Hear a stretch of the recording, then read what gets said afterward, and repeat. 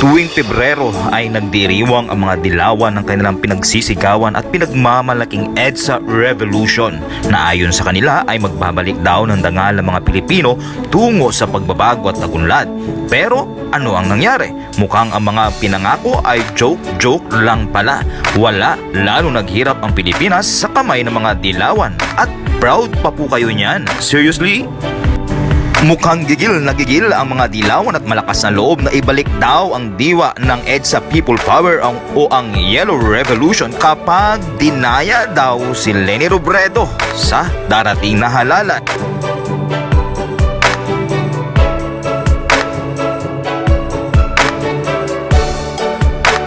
Ano nga ba ang katotohanan tungkol sa EDSA Revolution? Narito ang bahagi ng sulat ni Bobby Tiglao sa kanyang column sa The Manila Times na may pamagat na 5 facts about EDSA we didn't know at the time noong February 5, 2019. Mas malamang na isa pang kaso ng kasabihan ang kasaysayan na isinulat ng mga nanalo, ngunit may mga katotohanan ngayon ay hindi mapag-aalinlanganan na hindi na natin alam o lingid sa kaalaman ng publiko noong February 1986 People Power Revolt matapos ang 3 dekada. Marahil dahil sa pagkadismaya sa pagkapangulo ng anak na tinaguri ang pangunahing tauhang babae ng EDSA 1, ang mga katotohanan ay na-ferret out o naging mas malinaw. Ang sumusunod na 5 katotohanan ay mula sa mga dokumento at salaysay ng mga saksi at hindi mula sa isang anonymous na mga mapagkukunan na hindi pinapayagan sa akin na ilista ang mga hadlang sa espasyo ng isang column sa pahayagan. Unang katotohanan, si Cory Aquino ay walang gaanong kinalaman sa EDSA. Ironically, ito ang legal at militar na haligi ni Marcos, ang kanyang matagal ng defense minister na si Juan Ponce Enrile na sa huling panininigan upang ipagtanggol ang kanyang sarili at ang kanyang mga ramboys mula sa tiyak na kapahamakan ang pangunahing responsable para sa EDSA 1. Ang mga pangyayaring humantong dito ay bunsod ng maling pagtatangkang kudeta ng Reform Armed Forces Movement RAM, kabal ng mga colonel sa ilalim ng pamumuno ni Enrile. Ito ay isang klasikong kudeta ng mga colonel tulad na nangyari sa maraming bansa sa Latin America at iba pang mga bansa sa Third World. Ang mga pinuno ay sina Gregorio Honasam, Tirso Gador, Rex Robles, Tito Ligaspi, Red Kapunan at Felix Turingan. Gaya ng isiniwalat sa talambuhay ni Juan Ponce Enrile noong nilathala noong 2012 at sa mga artikulong isinulat mismo ng mga colonel mula noong 1986, ang mga nagsabwatan pagkatapos ng ilang buwang pagpaplano ay nagpasya na sumalakay matapang uwalang kabuluhan sa palasyo ng Malacanang sa ganap na alas 2 ng umaga noong Pebrero 23, 1986 nang hulihin si Marcos at ang kanyang pamilya at para sa kuditan nito para i-take over ang gobyerno. Ang walang tigil na pakipag-usap sa dayuhan at lokal na media sa loob ng maraming buwan tungkol sa kanilang pagtutol kay Marcos, nakakamangha na ang Rama ay napakakumpiyansa o walang muwang na ang pakana nito ay hindi mabubunyag. Napagtanto lamang ni Enrile na ang kanilang pakana ay natuklasan na tumawag sa kanya ang isang hysterical na trade minister na si Roberto Umpin noong umaga ng Pebrero 22 upang ireklamo na ang kanyang detalye sa seguridad ng militar ay ineresto ng mga Marines ng gabing yon. Hindi alam ni Umpin na ang kanyang detalye sa seguridad ay ang miyembro ng RAM. Minaman nila ang tirahan ni Marine Commander General Artemio Tadyar upang maghanda para sa kanilang pinaplanong pag-atake sa kanya sa susunod na araw nang sila ay makita ng military police at inaresto. Pagkatapos ng tanghalian sa araw na yon, napagtanto ni Enrile na nabunyag ang balak niya at ng kanyang mga ramboys ay nagpasya na sa halip na arestuhin at bitayin ang kahiyahiya, nagpasya siyang mag-last stand sa kanyang punong tanggapan sa Camp Aguinaldo. Ilan sa mga ramboys ay nakipag-ugnayan sa mga dayuhang correspondent, isang paboritong mapagkukunan ng mga asset mula sa US Central Intelligence Agency CIA. Isang artikulo sa pahayagan noong 2015 ng 3 RAM colonel ang nagsiwalat na ang isang emisaryo mula sa Pentagon ay nangako sa RAM na protektahan ng gobyerno ng US mula sa pag-aresto kung ito ay iiwas sa paggamit ng marahas na pamamaraan sa pagtupad sa mga layunin nitong reformista. Inaasahan ba ni Enrile at ng kanyang ramboys na tutuparin ng Pentagon ang salitang ito at makialam sa ilang paraan upang iligtas sila mula sa galit ni Marcos? Bagamat matalino si Enrile na agad na tumawag ng mga dayuhang correspondent sa Camp Crame para i-cover ang inaakala niyang huling paninindigan niya, pagkatapos noon ay pumayag si Vice Chief of Staff at longtime PC Commander Fidel Ramos na sumama sa kanyang pag-aalsa. Ang isa pang napakatalino na hakbang ni Enrile ang tawagan si Cardinal Sin upang hilingin sa kanyang mga tapat na palibutan ang Campo Crame upang mabuo ang kanilang human shield, People Power o People Father. Pangalawang katotohanan, isang maliit na faction lamang ng militar ang sumuporta sa mga mutineer. Karamihan sa mga ramboys na Enrile ay binubuo ng mga colonel na kinuha niya sa ilalim ng kanyang pakpak bilang ministro ng depensa. Bawang tapat sa chain of command sina Air Force Commander Vicente Piquio, Army Commander Josephus Ramas at Marine Commandant Tadyar. Ang Philippine Constabulary ay nakagulat dahil ito ay pinamumunuan ng higit sa isang dekada ni Ramos na hinalinhan ng kanyang protege na si Renato de Villa ay nahati sa mga katapatan nito.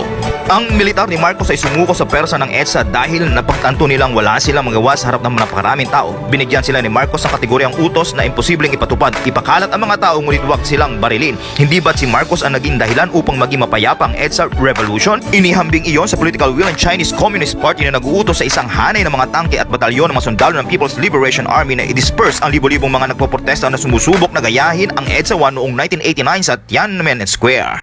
Pangatlong katotohanan, pinagtaksilan ng US si Marcos at sapilitang dinala sa Hawaii. Sinabi ng mga otoridad ng US kay Marcos na papayag ito sa kanyang kahilingan na ilikas siya at ang kanyang pamilya sa pamamagitan ng helicopter mula sa Malacanang patungo sa Luwag City. Ang kabisera ng kanyang sariling lalawigan, Ilocos Norte, sa halip ay dinala siya sa Hawaii.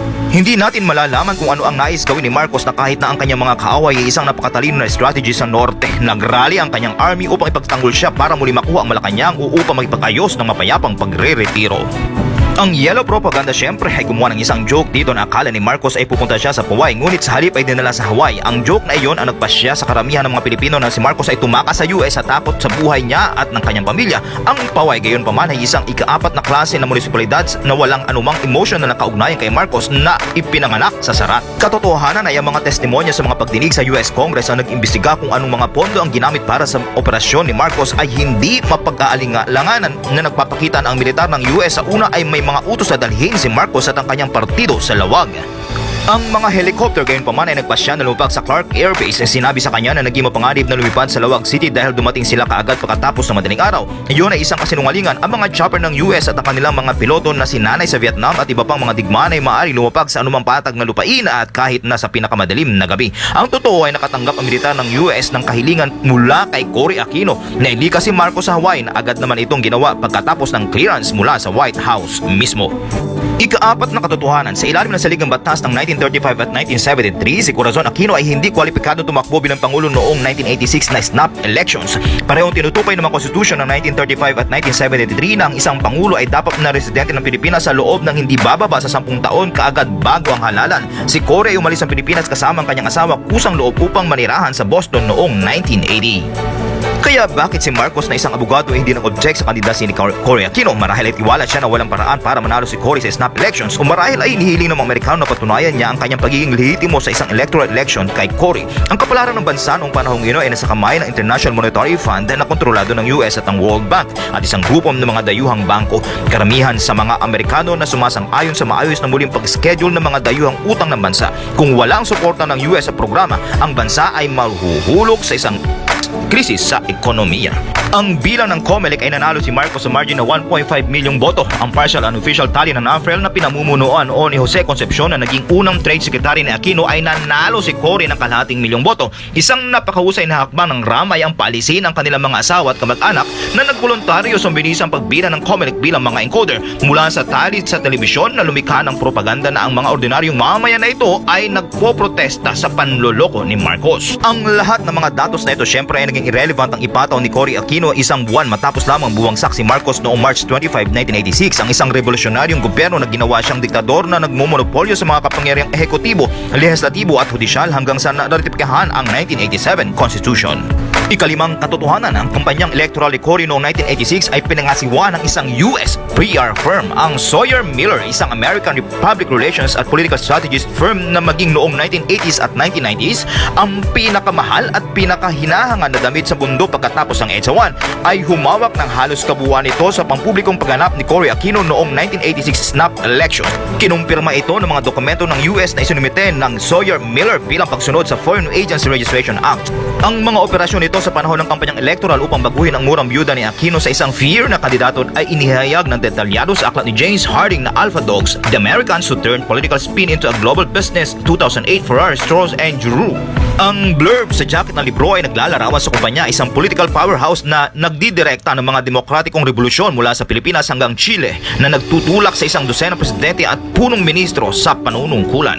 Ang tauhan ng Sawyer Miller na nagturo kay Cory at nagsulat ng halos lahat ng kanyang mga talumpati ay isang mamamayang British na si Malloch Brown na itinago bilang isang kasulatan ng British News Magazine na The Economist. Si Brown ang iniulat ang aklat ay kinakailangan pang umupo sa sahig ng bus ng kampanya ni Cory upang itago siya sa publiko. Pagkatapos ng Sawyer Miller, makalipas ang 2 dekada, si Brown ay naging Deputy Secretary General ng United Nations at pagkatapos ay naging isang ministro ng gobyerno ng UK. Si Brown ay naging knighted noong 2007 pagkatapos ay tinawag siyang Lord Malloch Brown. Ayon sa libro, Si Brown ang nakakuha kay Cory na manatili sa iisang mensahe with bumper sticker simplicity. Marcos is corrupt. Marcos is a dictator. Ang mensahe ni Brown ang naging core ng yellow narrative ng EDSA na na-brainwash sa isipan ng isang henerasyon ng mga Pilipino. Iniisip pa nga nila na magagamit nila ang parehong mensahe sa kaso ni Duterte. Matapos natin itong marinig ay isang malaking revelasyon kung paanong ang kasaysayan ay isinulat ng mga nagwagi. At habang nalalapit ang pagluluklok kay BBM sa Malacanang, ang kasaysayan ay maisusulat ng tama. Kaya maging mapagmatyag dahil ang EDSA ang muling gagamitin ng mga dilawan ng paulit-ulit. Magwagi lamang sila sa kanilang pansariling interes.